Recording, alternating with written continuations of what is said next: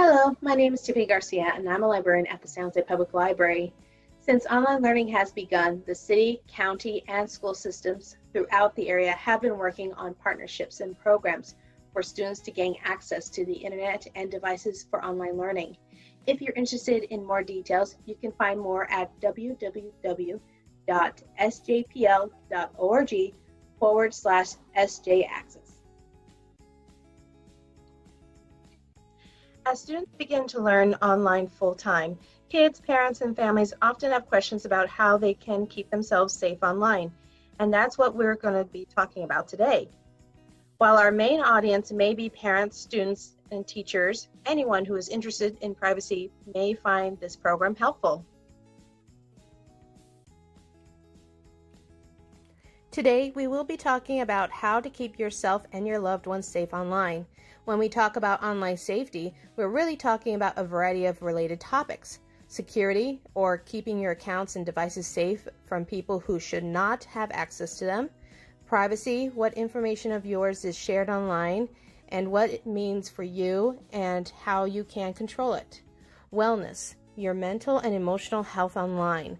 Dealing with online culture, cyberbullying, and how to balance and maintain a healthy lifestyle. We will be sharing some useful resources and tools that can help you continue to learn how to be safe online. Devices and accounts. So devices such as computers, tablets have the capability to have accounts. It is recommended that one account per each user have one, and leave the admin account alone or for your own use. This may help guard against a successful attack. Devices, operating system, and software.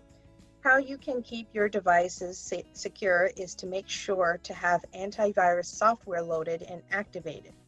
Nothing is absolutely unhackable, but it makes it extremely difficult. Make sure all devices are up to date with updates and security patches. Do not accept requests from users to remotely manage your device.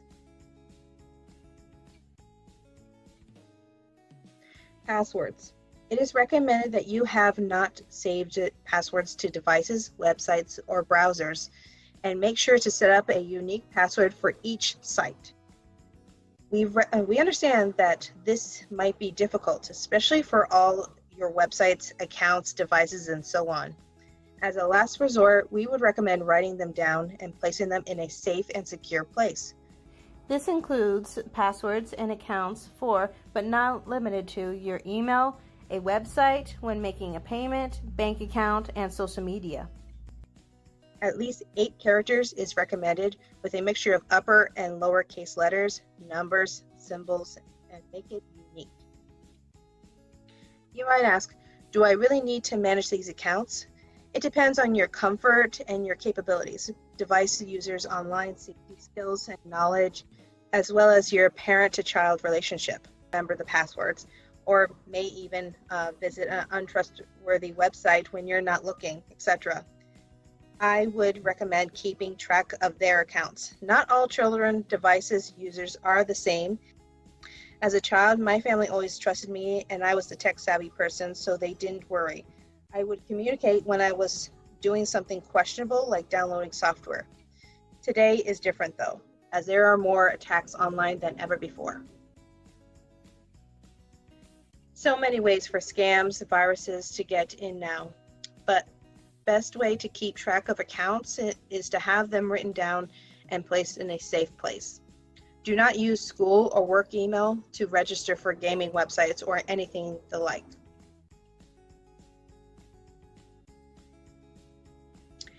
Know your network.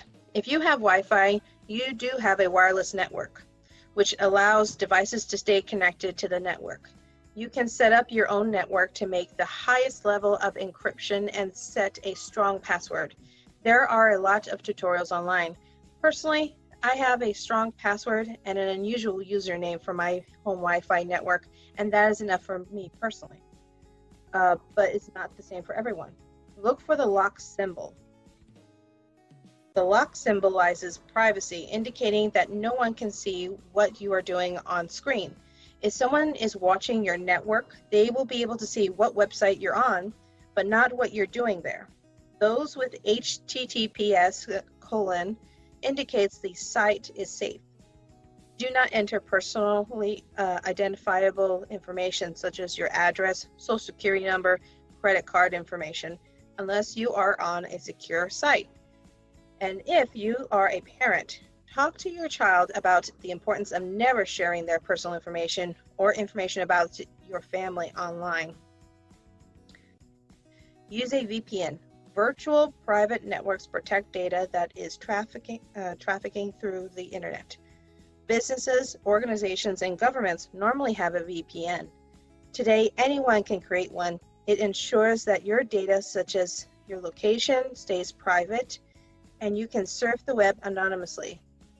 For details about VPNs, I highly recommend watching a YouTube video explaining it.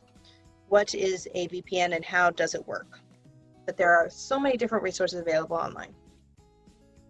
While there are free versions online of VPNs, I would recommend actually a subscription if you do decide to get one, as these subscriptions will ensure a higher quality of security.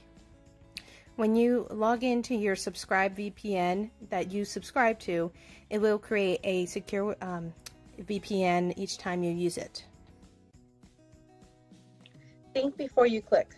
Whether you're surfing the web, receiving a link, an unknown sender's email, personal message, group message, etc., think before you click. Make sure you look carefully at the link and the provider. For example, we have received emails from colleagues asking for our phone numbers. I have received emails from friends whose accounts have been hacked into, and some with the same username, but the domain was different. Once I received an email from my mother asking me to purchase something without any explanation. It listed the name of the product, and that was weird.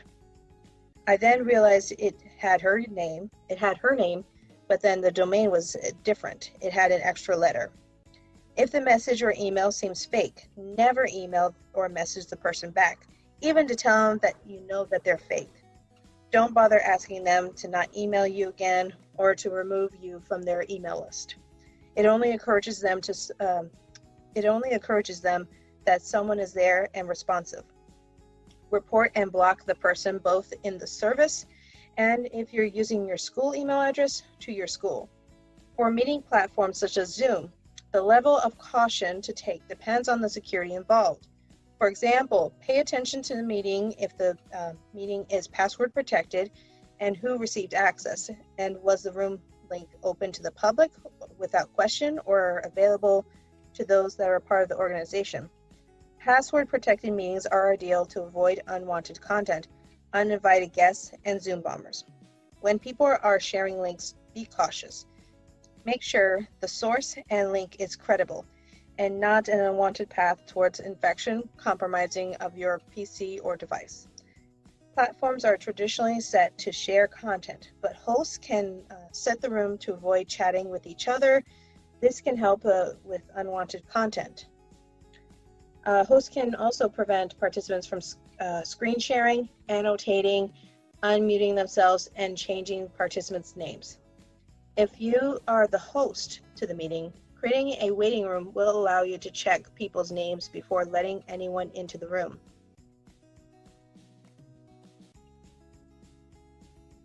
Be mindful.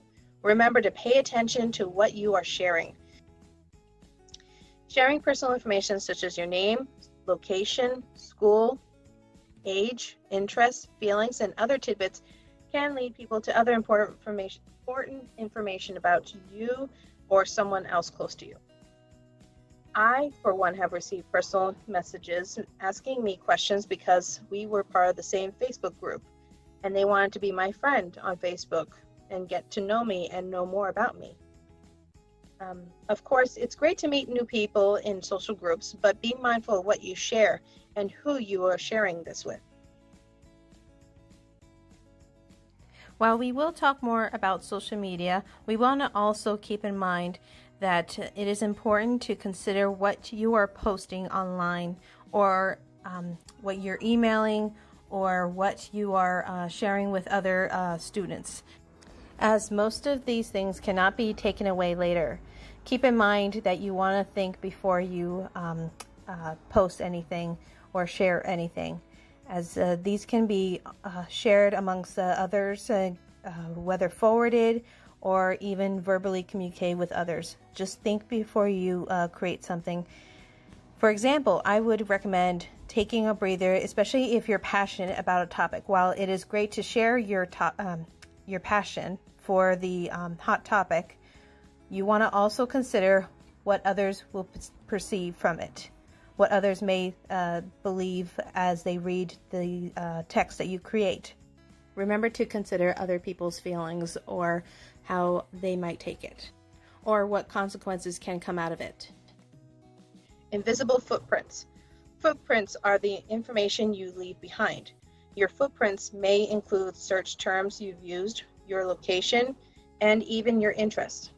For example, some of you, if not all, will notice sidebar ads on various websites for stores that you have recently visited online. Your footprints are saved and can be shared to a third party. There are ways to limit this from happening, but not completely. Be selective in what information you share online. The San Jose Public Library does not keep records on your activity online. However, websites can. Depends on the website. They might keep track of your activities. Website tabs are visible to each other and can see what else you are looking at online.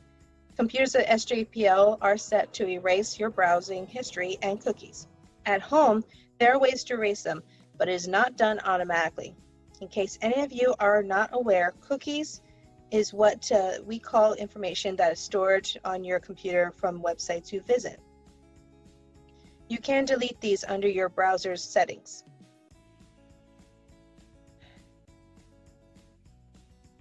The best way to protect your information footprint is to erase your history, cookies, disable location access, and camera access.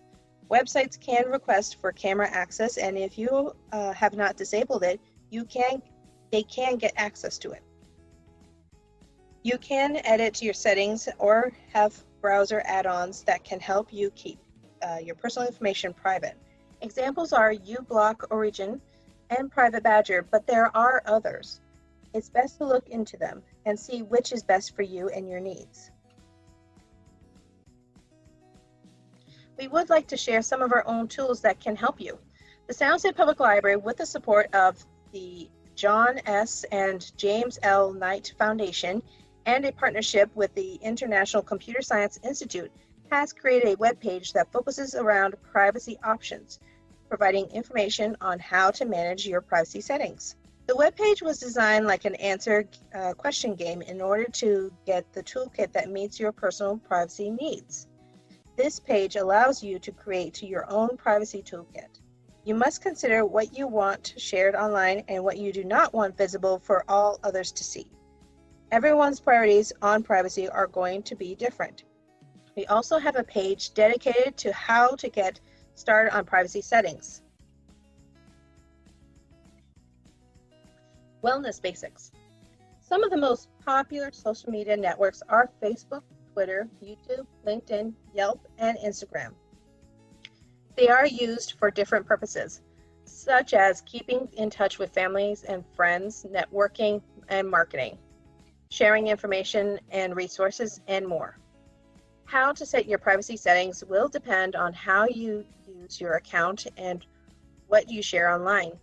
While this will not guarantee that the information will not be leaked into any form, it does limit the chances. It is important to know how you and others might be sharing online, and especially to learn about the possible risks. Talk to each other. There is also the bullies online that you have to be aware of. Some people act differently online than in person, as they feel more free and are not facing you. Because of this, some will take further liberties and sometimes verbally attack others. Some will also voice their opinion and attack others for theirs. We must filter what others say and remember that everyone has a right to their own opinion.